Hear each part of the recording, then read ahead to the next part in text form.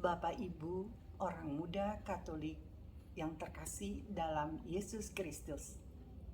Hari ini kita kembali bertemu bersama dalam BKSN yang ketiga. Pada malam hari ini, tema yang diambil adalah Yesus sahabat bagi mereka yang menderita. Yang diambil juga dari Injil Lukas bab 10 ayat 25 sampai dengan 37. Bapak Ibu, saudara-saudari, orang muda Katolik yang terkasih dalam Kristus, pandemi COVID-19 bukan hanya masalah kesehatan saja, melainkan juga masalah ekonomi yang merampas habis-habisan penghasilan banyak orang, seperti yang dilakukan oleh para penyamun di tengah-tengah jalan kota Yeriko. Banyak orang yang terhimpit persoalan ekonomi lantaran banyak kegiatan perekonomian yang tidak berjalan seperti biasa. Sebagian orang bahkan kehilangan mata pencaharian mereka karena jumlah usaha-usaha yang tidak lagi beroperasi. Menghadapi situasi sulit yang menyebabkan banyak orang menderita ini, kita perlu merenungkan sosok Yesus yang menjadi sahabat bagi mereka yang menderita dan yang memberi tanggung jawab kepada kita untuk menolong sesama. Dengan permenungan kita diajak untuk menerima orang lain yang jatuh tergeletak karena beban hidup sebagai sesama yang harus ditolong tanpa memandang status sosial, ekonomi, budaya, politik, dan agamanya. Bapak Ibu, serta orang muda Katolik yang terkasih dalam Yesus, melalui orang Samaria itu, kita diajak untuk melihat, mengenal Yesus sebagai sahabat bagi mereka yang menderita, dianiaya, ditolak oleh masyarakat. Kita juga diajak untuk meneladani Yesus yang peduli dan memperhatikan dengan penuh kasih sayang orang-orang yang menderita dan yang tersingkirkan.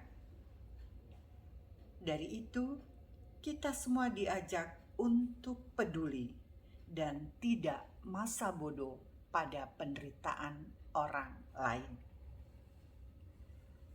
Marilah kita baca bacaan dari Injil Lukas bab 10 ayat 25 sampai dengan 37. Orang Samaria yang baik hati. Pada suatu kali, berdirilah seorang ahli Taurat untuk mencoba Yesus.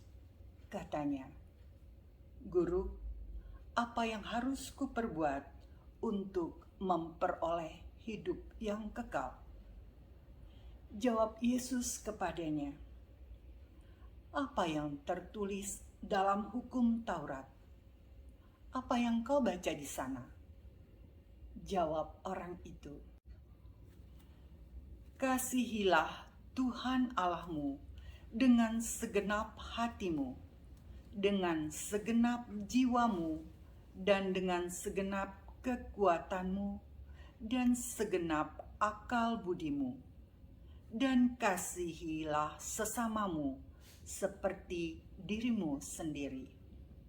Kata Yesus kepadanya, "Jawabanmu itu benar, perbuatlah demikian, maka engkau akan hidup." Tetapi untuk membenarkan dirinya, orang itu berkata kepada Yesus, "Dan siapakah sesamaku manusia?" Jawab Yesus, adalah seorang yang turun dari Yerusalem ke Yeriko. Ia jatuh ke tangan penyamun-penyamun yang bukan saja merampoknya habis-habisan, tetapi yang juga memukulnya, dan yang sesudah itu pergi meninggalkannya setengah mati. Kebetulan ada seorang imam turun melalui jalan itu. Ia melihat orang itu, tetapi ia melewatinya dari seberang jalan. Demikian juga seorang Lewi datang ke tempat itu. Ketika ia melihat orang itu, ia melewatinya dari seberang jalan. Lalu datanglah seorang Samaria yang sedang dalam perjalanan ke tempat itu. Dan ketika ia melihat orang itu, tergeraklah hatinya oleh belas kasihan. Ia pergi kepadanya, lalu membalut luka-lukanya. Sesudah itu, ia menyiraminya dengan minyak dan anggur. Kemudian ia menaikkan orang itu ke atas keledai tunggangannya sendiri, lalu membawanya ke tempat penginapan dan merawatnya. Keesokan harinya ia menyerahkan 2 dinar kepada pemilik penginapan itu. Katanya, "Rawatlah dia, dan jika kau belanjakan lebih dari itu, aku akan menggantinya waktu aku kembali." Siapakah di antara ketiga orang ini menurut pendapatmu adalah sesama manusia dari orang yang jatuh ke tangan penyamun itu?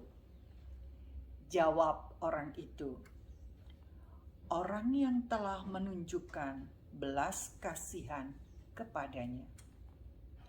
Kata Yesus kepadanya, "Pergilah dan perbuatlah demikian."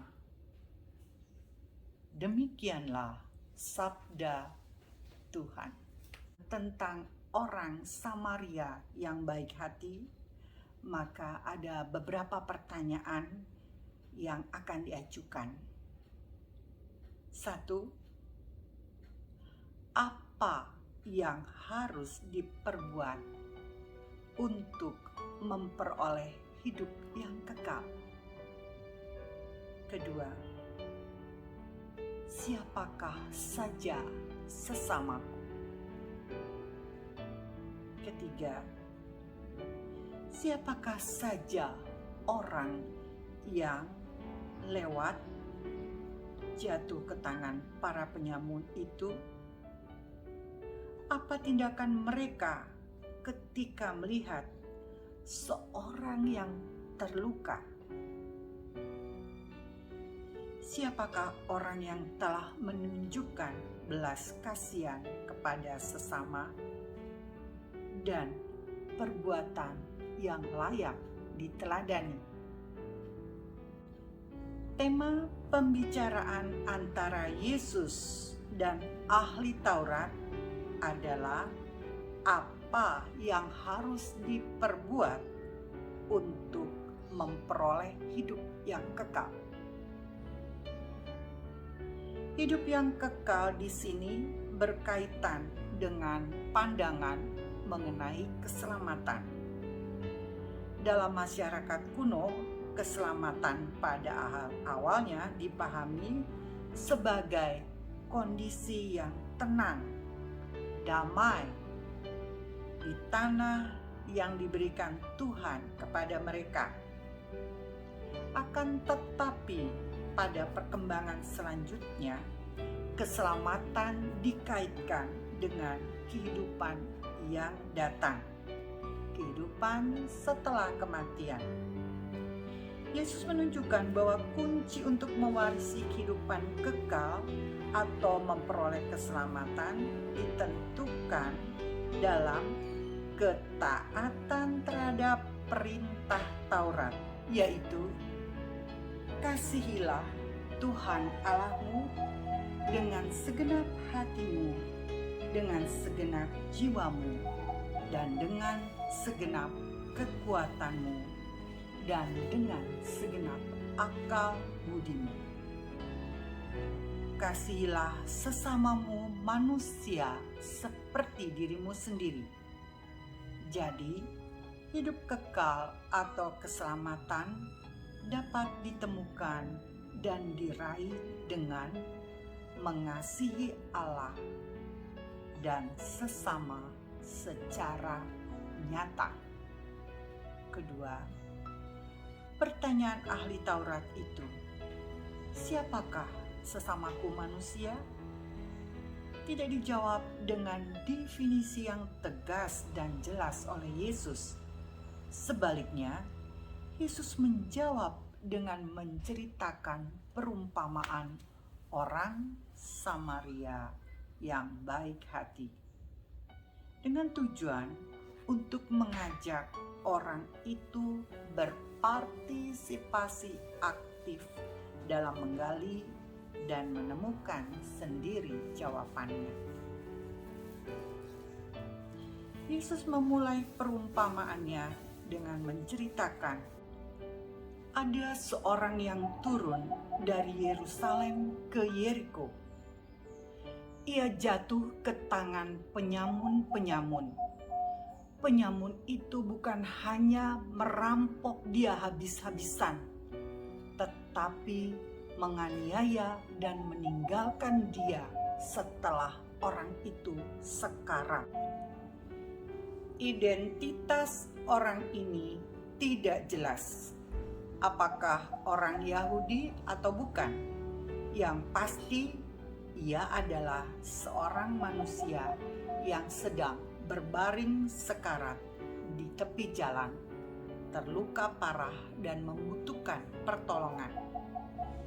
Dengan tidak memberitahu identitas orang itu, Yesus ingin mengatakan bahwa sesama bukan orang yang satu suku, satu bangsa, satu golongan, melainkan orang yang kita tidak kenal. Siapa saja yang kita jumpai dalam kondisi dan pengalaman hidup mereka bisa saja orang asing yang kita tolong, atau orang yang tidak kita beri semangat hidup, atau bahkan orang yang membenci kita, tetapi kita doakan. Yesus kemudian menampilkan 3 tokoh dari ras sosial yang berbeda-beda. Ketiganya memberi reaksi dan tanggapan yang berbeda-beda ketika melihat orang yang sekarat itu. Pertama, seorang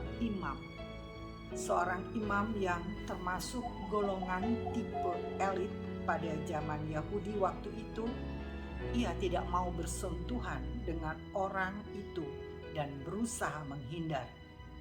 Ia enggan mendekati untuk mengecek apakah orang itu masih hidup atau sudah mati, apalagi menawarkan pertolongan.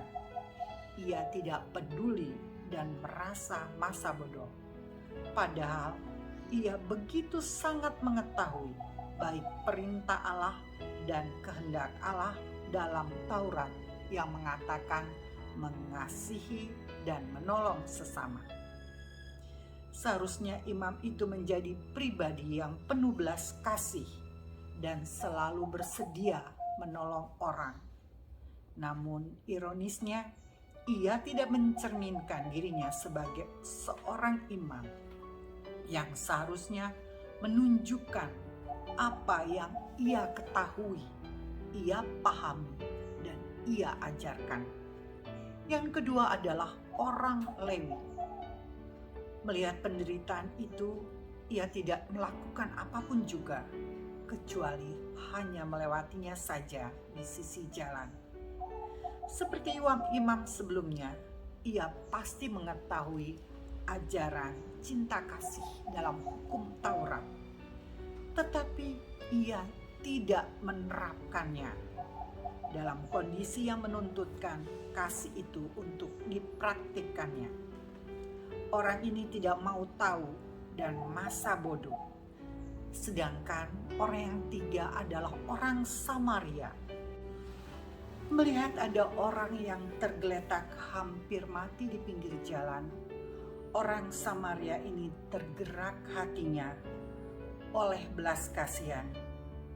Ia mendekati orang itu dan membersihkan luka-lukanya dengan minyak dan anggur.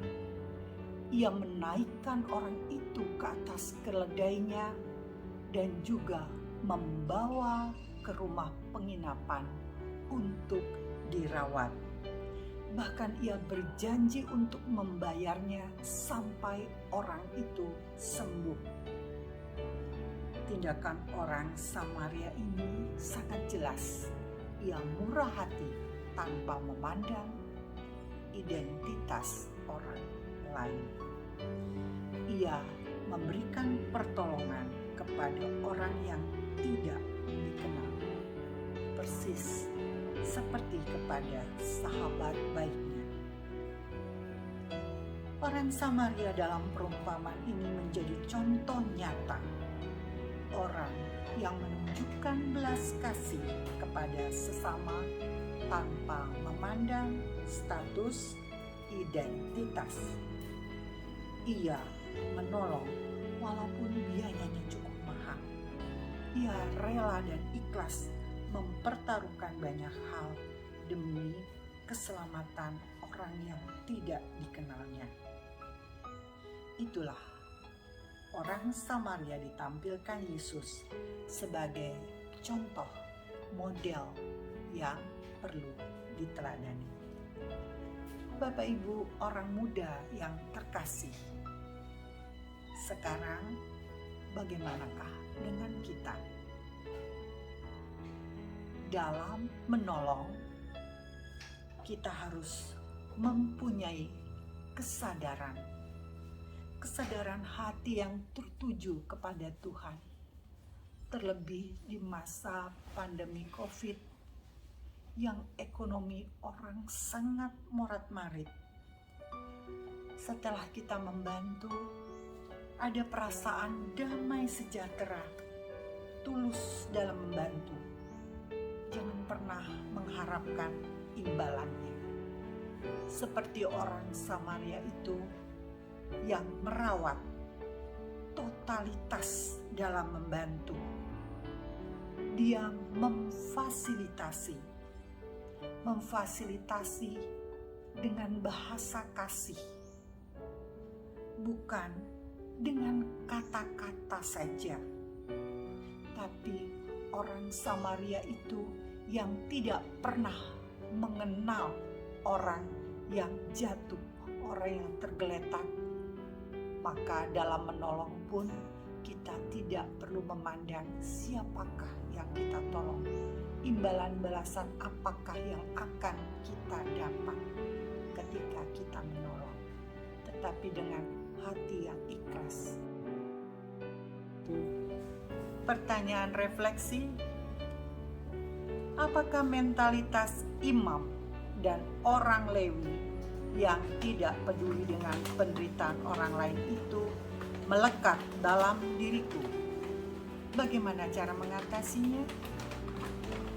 Apakah aku sudah meneladani orang Samaria yang secara spontan dan tanpa memperhitungkan untung rugi membantu orang yang menderita dan yang membutuhkan?